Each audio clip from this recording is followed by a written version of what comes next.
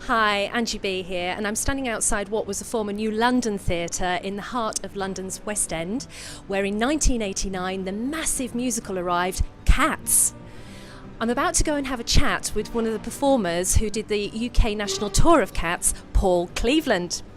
He's going to be chatting to me and letting me know what it was like to be part of a cast of a massive, physically, hugely demanding musical.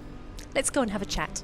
I'm here inside the theatre, and at last I've got a chance to catch up with Paul Cleveland. And hi Paul, welcome. Thank you, nice to be back. Absolutely. I mean, it's been a long time since we last sort of saw each other, and we trained together at London's Studio Centre, a musical performing arts college.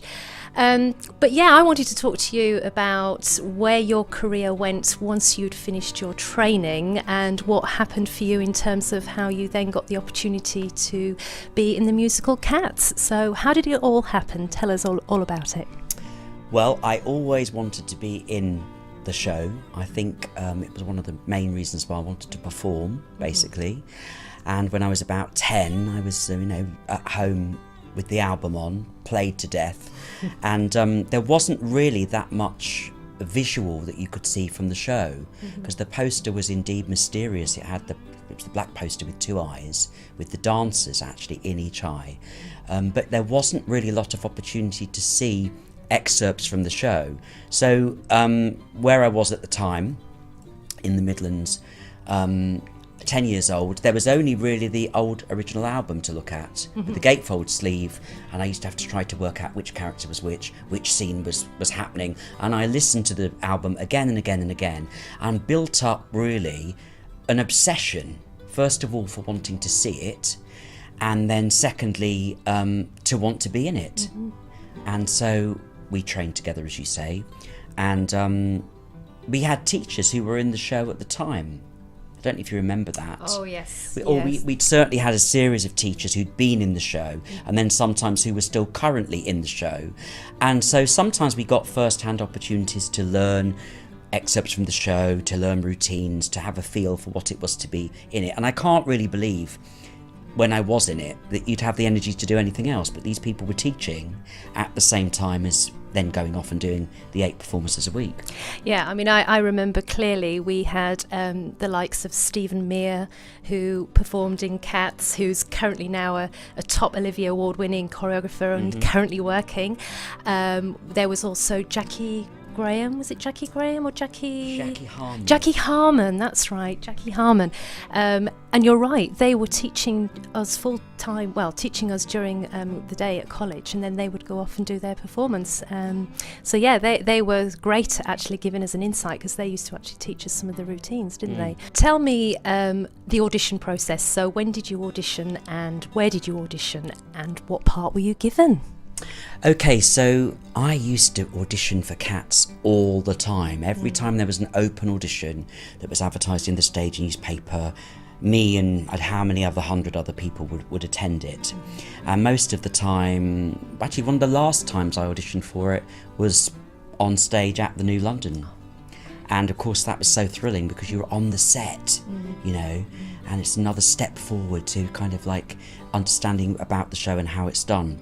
And then the final time I auditioned for it, when I'd got it, when they told me I'd got it, was in a dance studio, and I don't know where it would be now actually, Pineapple or Dance Attic or somewhere like that. And it was really just two of us. It was just two of us auditioning, and it was just very simple. I suppose the audition prior in London a few weeks before, I didn't think I'd got that and hadn't heard anything, and then it was just that I was called in. Maybe it was a recall, maybe it was somebody on the tour was leaving, one person was leaving, and they had to replace that one person. And so in January 1995 I auditioned for it whilst I was selling programmes and ice creams at a theatre, and it was between me and one other boy, and I got it. That's incredible, isn't it? I mean, you must have been absolutely thrilled. And what was the part that you were auditioning for? What did you actually, what was the part that you got? I got the role of one of the youngest male kittens called Carl Buckety. And also part of that contract was to understudy, which I haven't hadn't done before, and I haven't really done since. Actually, hasn't worked that way.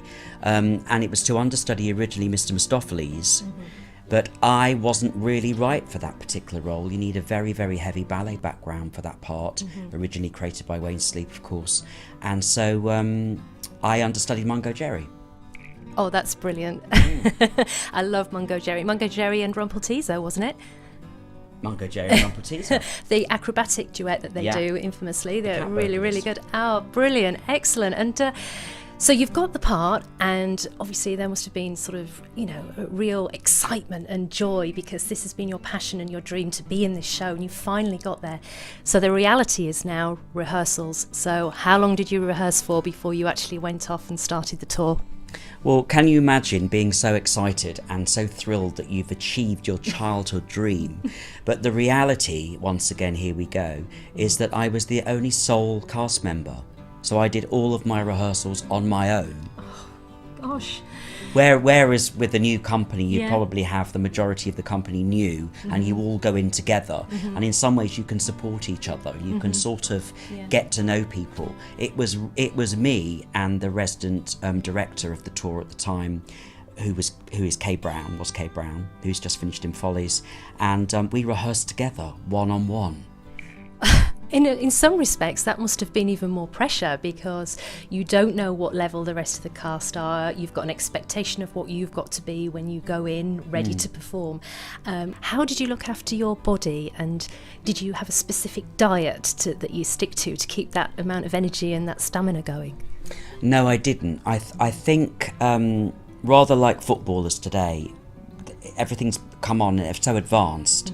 There was no advice about diet particularly, and to be honest with you, you could virtually eat what you wanted, because you were going to lose a lot of calories within each performance. So when you finish dancing the I think it's the 12 minutes, the Jellicle Ball, at the end of Act 1, you're sufficiently exhausted enough to need to just lie down, and you just are pouring with sweat.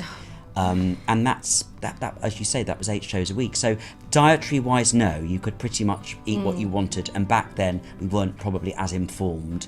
And then how to take care of your body was, well, a lot of it's luck, because some people don't make it through the rehearsals.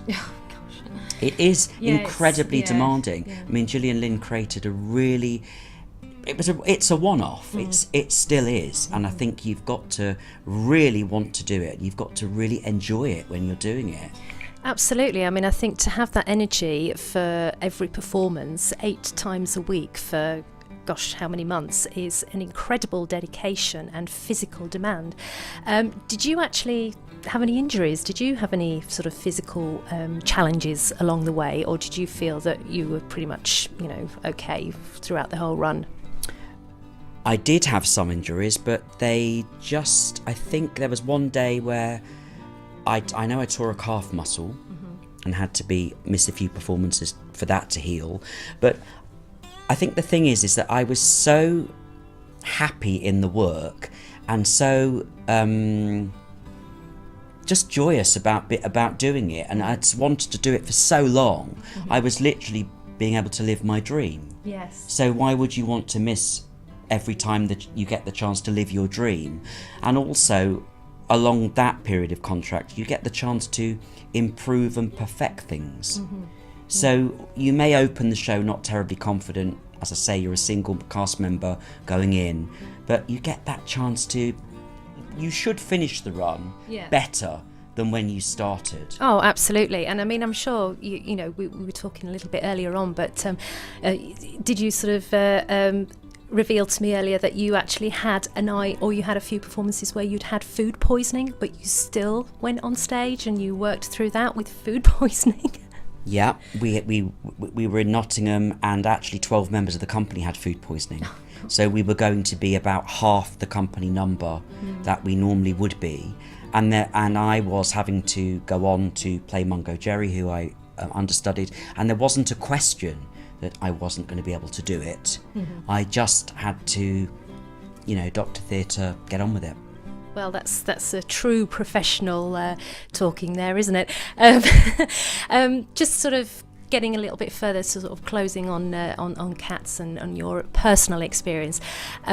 Funny moments, come on, there must have been some funny moments or some bloopers or some things that, technical hitches, things that didn't quite go to plan. Come on, have you got some backstage gossip there?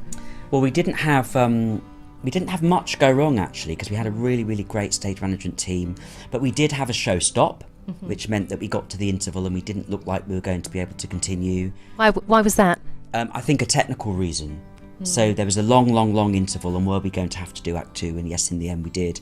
And then there's just things like people falling over, dealing with the fact that in the middle of a dance number somebody will get suddenly injured and then have to go off. So you look around and there's nobody there. Understudies going on.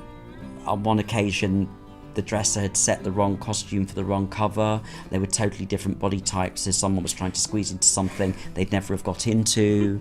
And really it's one of those shows where you sort of have to rely on each other to get through it. So there's a point of the ball where you lie down in a circle, and it's really supposed to be quite a sexual sort of it's actually maybe slight cat's orgy before we see Grisabella and we go into the main part of the ball, which is aggressive, where we're telling her that we don't want her in the environment. And that's when the mics used to get turned off because nobody sang, and so we could talk to each other and whisper to each other. And I remember on my first night, I remember people very kindly saying, "Are you okay?" And I was like trying to get my breath, knowing that the main part of the show was coming up, and the Jellicle Ball is the most physically demanding part of it. To the point where on a Saturday evening, when everybody's exhausted, our musical director, Fraser Skeog, used to play the ball slightly faster for us so we could get through it quicker.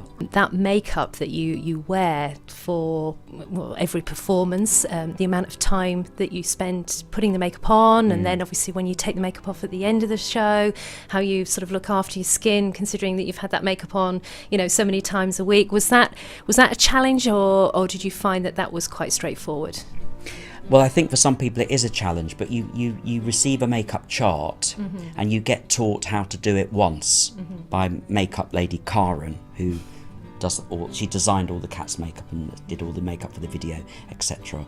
And then you're on your own, and then she'll come and inspect it to make sure that you're painting it correctly. You can't deviate too much from the original plan. And then I'm quite a painter, so I used to quite enjoy it. And then you'll have notes late, maybe when she turns up at a different venue, to say it's going a little bit too much that way or this way, so bring it back to its original. And yes, learning things like how to keep it on while you're sweating profusely. Regarding skincare, it's not an issue really. You're issued with all the makeup and all the brushes and everything you need, and then it's just simply allowing enough time to paint it, powder it, paint it, powder it, layer it up, and then the wig goes on, of course, which is glued down to the face. And then I didn't really have an issue with it because you are given all the makeup you need, and unless you have some strange allergic reaction, not a problem really. What would you say is your favourite musical? Is there anything else that you would have liked to have been in, or that you have as much passion for as Cats? Well, I think Cats very much was part of my childhood and part of being a very young man, and particularly more so of a singer-dancer back then. So I would have to say one of my favourite musicals is still Cats. I've fallen out of love with it over the course of the years, and then fallen back in love with it, and somehow it's still there. I think luckily enough, in the business, you get to meet people who've been in the original company and exchange stories with them. And I don't think there was anything quite like the original production, the original company. It was a much darker show. But to answer your question, moving along now as more of an actor-singer, I think really Cabaret is a musical I love, and I would love to play the MC in Cabaret. I can totally see you as that role. We'll get our tickets now, and we'll wait for you to announce when you're appearing. Okay, all right. I don't mind which production, anything. Thank you very much, Paul. It's been a real pleasure, and a real pleasure to have the insight into your career on the musical Cats.